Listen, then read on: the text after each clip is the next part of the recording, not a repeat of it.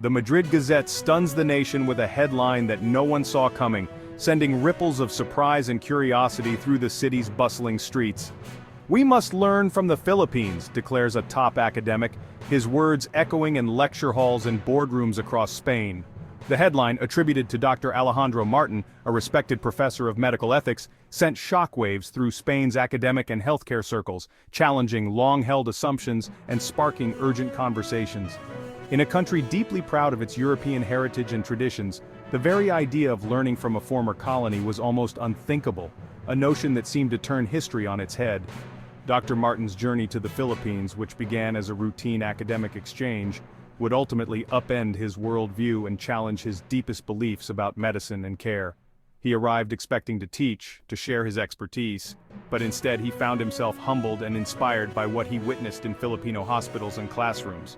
The story spread rapidly, igniting debate and introspection not just among academics, but also among ordinary citizens who began to question their own assumptions. Dr. Martin wasn't talking about advanced technology or state-of-the-art infrastructure, but about a deeper kind of excellence, one that blended clinical skill with profound humanity, empathy, and compassion. He returned to Spain transformed, his perspective forever changed, and invited his country to rediscover the true soul of caregiving, urging a new era of humility and openness. The headline wasn't just news, it was a call to rethink what true healthcare means and to recognize the value of learning from unexpected places. For many, it was a disruption of history itself, a moment that forced Spain to confront its past and imagine a different future. The world was watching closely as Spain, for the first time, considered learning from the very nation it once ruled, opening the door to a new chapter in global understanding. Dr. Alejandro Martin arrived in Manila, his mind filled with expectations and assumptions. He anticipated encountering a struggling healthcare system, one that would confirm the stories he'd heard from colleagues back home. The city's vibrant chaos immediately overwhelmed him. The honking of jeepneys, the swirl of people, and the humid air pressed in from all sides. Dr. Martin carried himself like a mentor, ready to impart wisdom and perhaps even solutions. Touring a public hospital, he was struck by the crowded hallways, the long lines of patients, and the visible strain on resources. It seemed to confirm his biases, at least at first glance.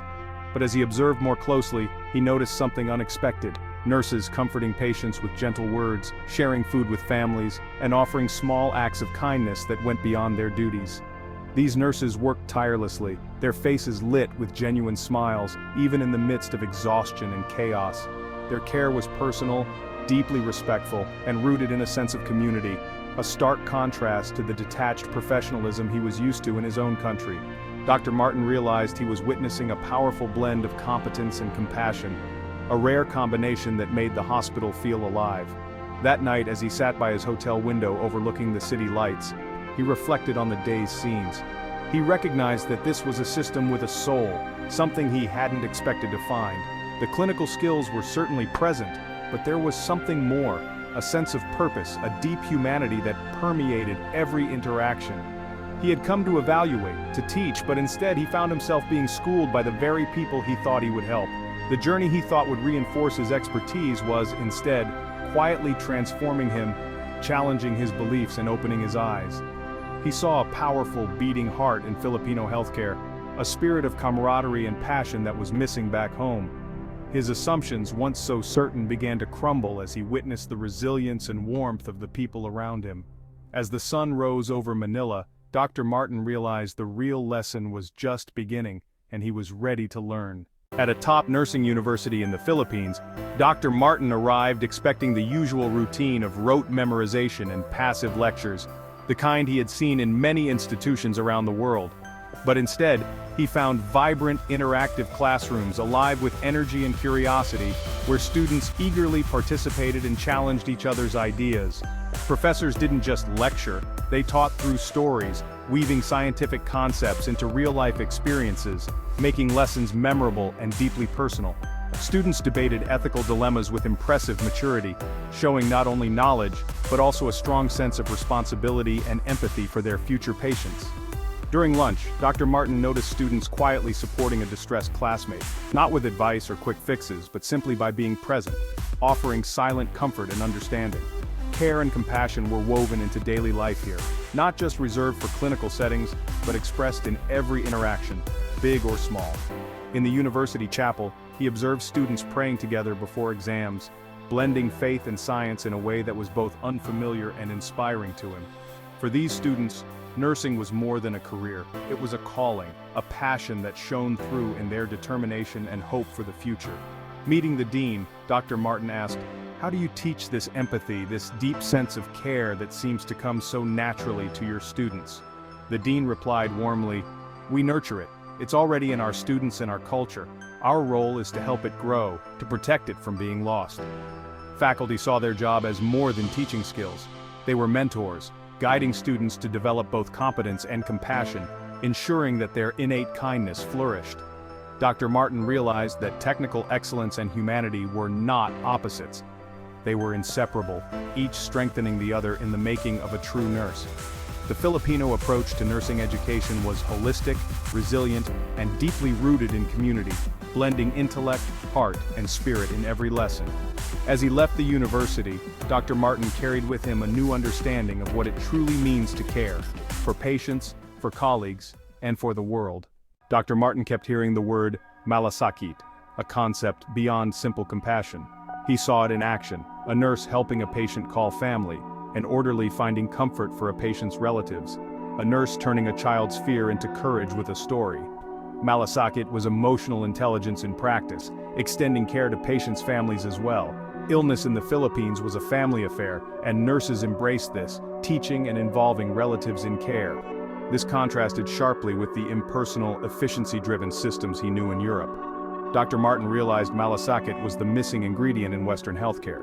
Filipino nurses treated both the disease and the spirit. They saw patients as whole people, not just cases. This perspective was a profound strength, not a weakness. Malasakit was the heart of Filipino nursing. It was what set them apart on the world stage. Dr. Martin understood. True healing required both skill and soul. As Dr. Martin explored Manila's historic intramuros, he reflected on Spain's colonial past. Once, Spain was the teacher and the Philippines the student. Now the roles were reversed. Filipinos had taken what was imported and made it their own, creating a resilient, humane approach to care. Spain's healthcare system, advanced but emotionally cold, was struggling. Dr. Martin saw that the answers lay in the Filipino spirit of care. The Philippines was no longer just a source of nurses, it was a source of inspiration. The relationship was becoming a partnership, a dialogue of equals. The nation that was once taught was now teaching the world. Filipino values were being exported alongside their people. History had come full circle, the student had become the master. Dr. Martin saw this as a beautiful, necessary reversal. Back in Madrid, Dr. Martin's transformation was obvious. He shared stories of Filipino care, initially met with skepticism, but he persisted, presenting the Filipino model as a case study in healthcare excellence. He argued that compassion was not a soft skill, but essential to patient recovery and professional well-being. Filipino nurses in Spain shared their philosophy: every patient is someone's family. This message resonated, especially with students craving more than just technical training. Workshops on compassionate care and cross-cultural communication gained popularity. Faculty began to reconsider their teaching methods, seeking a balance between science and humanity. Hospitals started pilot programs pairing Spanish nurses with Filipino mentors. Filipino staff were recognized as cultural assets, not just reliable workers. The goal wasn't to copy Filipino culture, but to learn from its core principles. The awakening had begun, sparked by one man's journey. The Filipino way was quietly transforming Spanish healthcare. A new standard was taking root. News of Dr. Martin's advocacy spread quickly in the Philippines, igniting national pride. For a country used to hearing about its problems, this was a moment of celebration. Nursing schools posted the story as a reminder that Filipino values were their greatest strength. Students realized their Filipino-ness was their superpower, not something to hide. The narrative shifted. They weren't just meeting international standards, they were setting them. Families of overseas workers saw their sacrifices in a new light. Their loved ones were ambassadors of Filipino humanity. The story sparked conversations about improving local healthcare conditions. Advocates called for better support for nurses at home. The international praise became a mirror, reflecting both pride and responsibility. The nation saw its own strength and its duty to nurture it. Filipino nurses were no longer just workers abroad, they were global leaders in care. The world was finally recognizing what Filipinos had always known: Dr. Martin's journey took him to rural clinics, where resources were scarce but community spirit thrived. In a remote village, he met Nurse Liza, who knew every family and cared for them on their own porches. She was more than a nurse, she was a health educator, counselor, and friend. Her clinic was the entire village, and her care extended beyond medicine. She organized community pantries and exercise sessions, weaving wellness into daily life. This was public health at its most grassroots and effective. Relationships, not transactions, defined care. Dr. Martin realized the Filipino nursing spirit was born in these tight-knit communities. The values he saw in big hospitals reflected this deep cultural DNA. Resilience, resourcefulness, and shared humanity started here. To understand the gold standard, he had to see it in the heart of the Filipino community. The lesson was clear: true care begins at home. In his final report, Dr. Martin declared the Philippines had perfected the most critical aspect of healthcare, the human element. He coined the term, the gold standard of humanity, to describe Filipino care. The nation's new identity was emerging, not as a former colony, but as a global leader in compassionate care.